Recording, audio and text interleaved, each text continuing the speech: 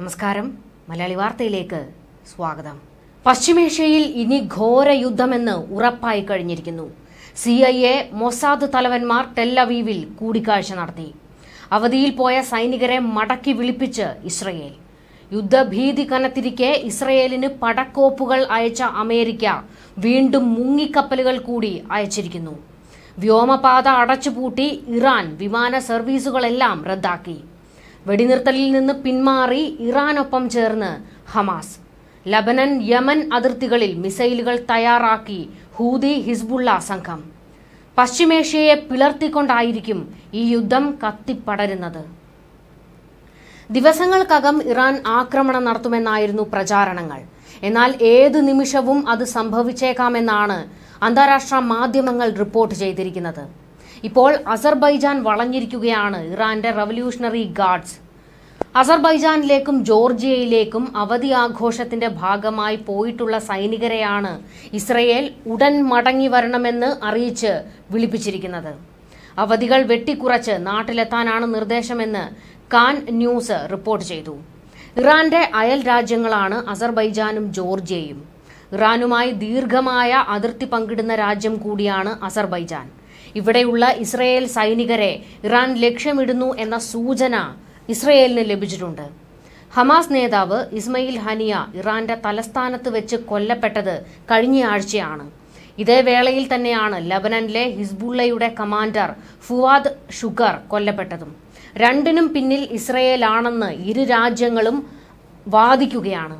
ശക്തമായ തിരിച്ചടി നൽകുമെന്ന് ഇറാനും ഹിസ്ബുള്ളയും വ്യക്തമാക്കുകയും ചെയ്തിരിക്കെയാണ് ഇസ്രയേലിന്റെ ഈ മുന്നൊരുക്കങ്ങളെല്ലാം. അസർബൈജാനിലുള്ള ഇസ്രയേൽ സേനയ്ക്ക് നേരെ ഇറാനോ ഹിസ്ബുള്ളയോ ആക്രമണം നടത്തിയേക്കാമെന്ന വിവരങ്ങളും പുറത്തുവരുന്നുണ്ട്.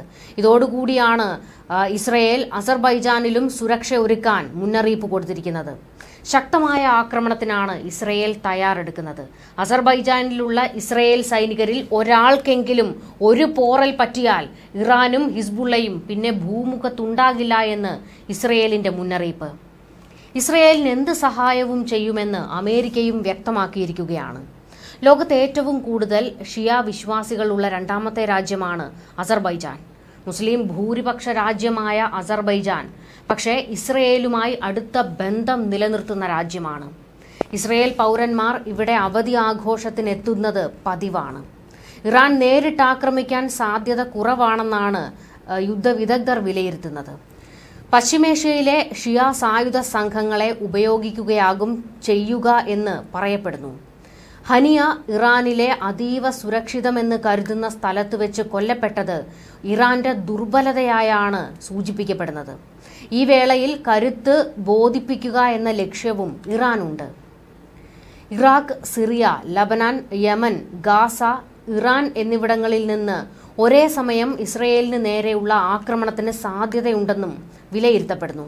അങ്ങനെ സംഭവിച്ചാൽ ഇടപെടുക എന്ന ലക്ഷ്യത്തോടെയാണ് കൂടുതൽ സൈന്യത്തെയും വെടിക്കോപ്പുകളും അമേരിക്ക പശ്ചിമേഷ്യയിലേക്ക് വിന്യസിച്ചിരിക്കുന്നത്.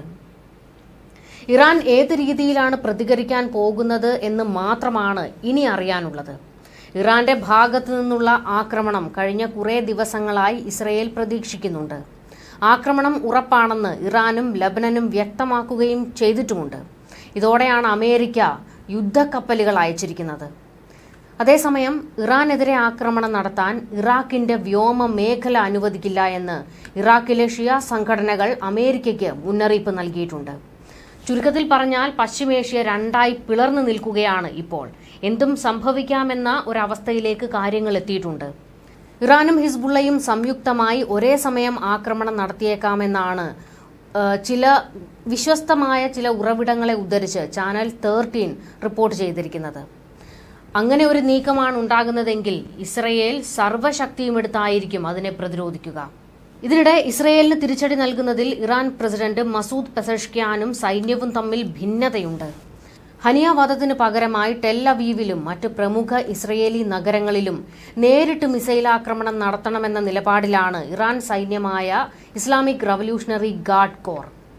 എന്നാൽ അത്രയും കടുത്ത ആക്രമണത്തിലേക്ക് പോകേണ്ടതില്ല എന്നും കൃത്യമായ കണക്കുകൂട്ടലുകളോടെ ഇസ്രയേലിന് പുറത്തുള്ള മൊസാദ് താവളങ്ങൾക്ക് നേരെ ആക്രമണം നടത്തിയാൽ മതിയെന്നാണ് പെസഷ്ക്യാന്റെ തീരുമാനമെന്നും ടെലഗ്രാഫിന്റെ റിപ്പോർട്ടിൽ പറയുന്നു.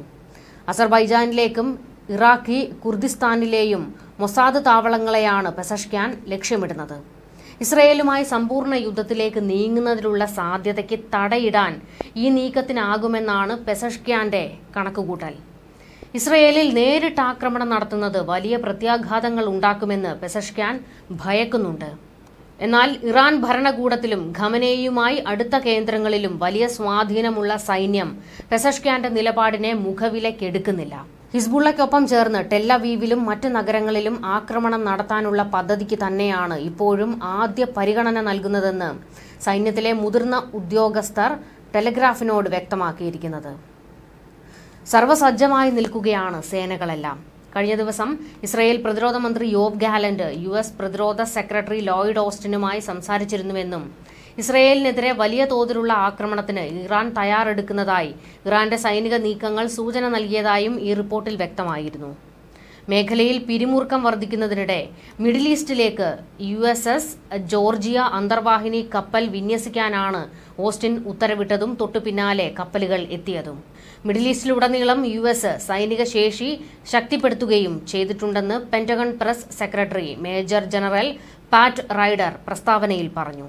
പാരീസ് ഒളിമ്പിക്സ് സമാപിക്കുന്നതുവരെ വലിയ ആക്രമണം നടത്തരുതെന്ന് ഫ്രഞ്ച് സമ്മർദ്ദമാണ് ഇറാന്റെയും ഹിസ്ബുള്ളയുടെയും പ്രതികരണം വൈകിപ്പിച്ചതെന്നാണ് റിപ്പോർട്ടിൽ വ്യക്തമാക്കുന്നത്. എന്നാൽ ചെറിയൊരു തിരിച്ചടി ഉണ്ടായാൽ പോലും 1ന് 10 മറുപടി നൽകുമെന്നാണ് ഇസ്രയേൽ പ്രഖ്യാപിച്ചിരിക്കുന്നത്. ഇപ്പോൾ അസർബൈജാനിലെ ഇസ്രയേൽ സൈനികരെ സുരക്ഷിതമായി തിരികെ എത്തിക്കാനുള്ള നീക്കമാണ് ഇസ്രയേൽ നടത്തിക്കൊണ്ടിരിക്കുന്നത്.